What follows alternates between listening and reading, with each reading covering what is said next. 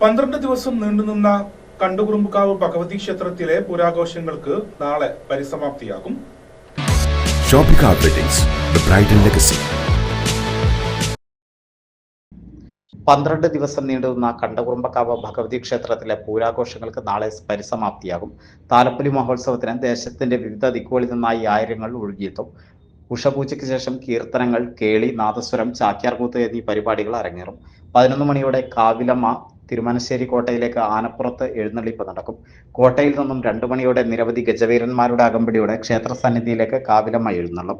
വൈകിട്ട് മേളവും തായമ്പകയും നടക്കും. രാത്രി 7 വർണ്ണവിസ്മയം തീർക്കുന്ന ഫാൻസി വെടിക്കെട്ടും അരങ്ങേറും. രാത്രി 12:30 കോട്ടയിൽ നിന്ന് താലം കൊളുത്തൽ, കാവിൽ പഞ്ചവാദ്യം, മേളം, കളപ്രദക്ഷിണം, പാവക്കൂത്ത്, പുലർച്ചെ കൂട്ടവിടിയോടെ ഉത്സവങ്ങൾക്ക് പരിസമാപ്തിയാകും.